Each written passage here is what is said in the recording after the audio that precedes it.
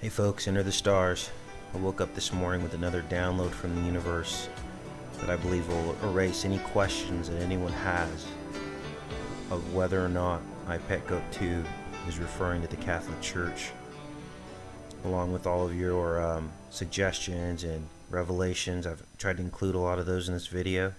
Guys, we work as a unit of truth to uncover these things, so everything you send me helps, whether it's valid or not. I research it to try to find the truth. And I believe I found the smoking gun when it comes to the relevancy of the Catholic Church and I Pet Goat 2. First, I want you to focus your attention on the lettering on the floor. And I want you to look at the backward C that's painted there. Now, at first, I didn't know what this was. But like I said, I woke up this morning and it just dropped into my brain. I did some research. The backwards letter C is known as an anti-sigma, which means backwards letter. It was invented by Claudius, the first Roman emperor to be born outside of Italy, and he was the first Roman emperor that was not selected by the Senate. The backwards C was meant to replace the letters BS and PS in the Roman alphabet, but it didn't survive Claudius dynasty. So it's kind of a, footnote in history. Unless you dig for it, you're not going to find it. But because we're digging for truth, I found it. Now, the importance of this anti-sigma showing up in this movie is just huge. The Roman Catholic Church claims legitimacy of itself off of the back of Jesus Christ's ministry. And they claim that Peter was the first bishop, the Apostle Peter. Now, the anti-sigma represents the true beginnings of the Catholic Church because Claudius signified the emperor in power just after Jesus' death. Now, this is going to blow your mind, you guys. Go to Claudius Wikipedia, and I want you to type it in. Claudius had Asperger's syndrome. Is anyone starting to see the big picture here? Now I want you to focus your attention on the 7 that's following the anti-sigma C on the floor there. Rome is the city of 7 hills. Also, since the Lateran Treaty of 1929, there have been 7 popes or kings. So if you're ever to use a number to signify an entity or to signify the Catholic Church, 7 would be your number. Now here's the cliffhanger here. I want you to go back to the coin underneath Obama's foot. Now, I need to revise what I said on this in a previous vid, that there was an anchor on the coin, and that it had to do with Christopher Dorner and Navy. The actual coin might have to do with Christopher Dorner, but what's actually on the coin is even more significant and powerful. Upon closer inspection, the coin says 89. You need to turn your screen sideways to see it, but it's very clear. Now I want you to pause this video, and I want you to do a Google search on Catholic FM radio stations. Folks, all Catholic radio stations that are FM are 89 FM.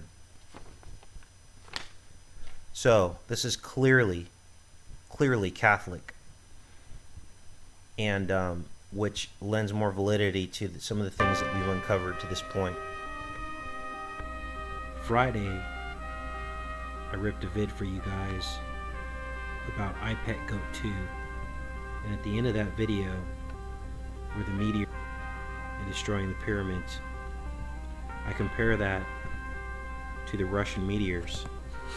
Well, little did I know that within days of that event, several more meteors have flown over major populated cities and have been caught on video camera,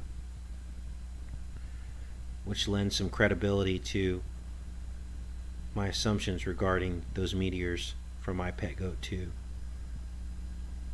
We've got meteors over Canada now within the last 17 hours. We have, of course, the Russian meteor We have a meteor over Japan. And we also have a meteor over San Francisco, all within a few days of February 14th, which marks the beginning of the disclosure of crimes against humanity of the Catholic Church.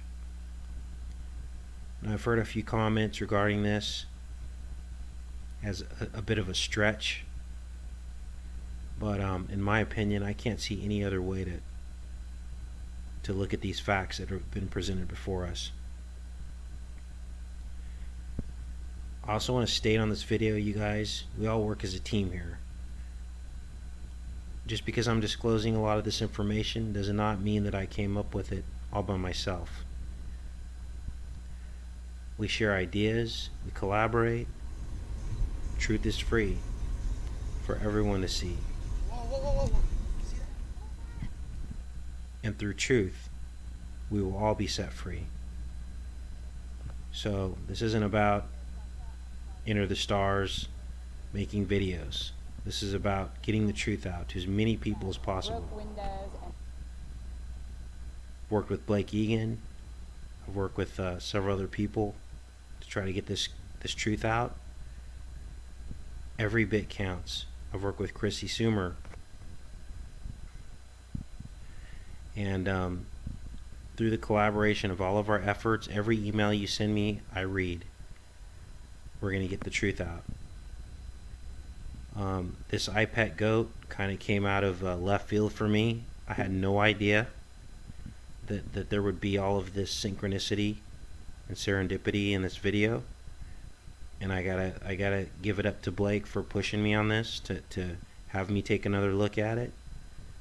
And he and I working together, we were able to put together some pretty profound stuff to wake people up, to help them understand that nothing is what it seems. 80% of our life is an illusion, and all the things that they have us focused on in this society are meant to distract from current events. Okay? Now, I don't know why Heliofant was able to capture all this precognitive media that they have in this animated short, I Pet Goat 2, but the fact of the matter is that they have, and it's all there. So I was able to uncover from a credible source that wishes to remain unnamed at this time some of the possible reasons for this meteor frenzy that we've been going through over the past week, or past several days, I should say. And the theory is, and I do not believe that this has been stated yet, but our sun is in a cycle of inactivity, and so goes the sun, or as goes the sun, so goes our electromagnetic field of our Earth. So solar activity down, electromagnetic shields down, which equals increased meteor penetration. Now, this is just a theory, but I believe in the coming weeks, months, and possibly years, we will see increased meteor activity. I'm not a meteorologist, I'm not, a scientist, but these are some theories that have been thrown at me.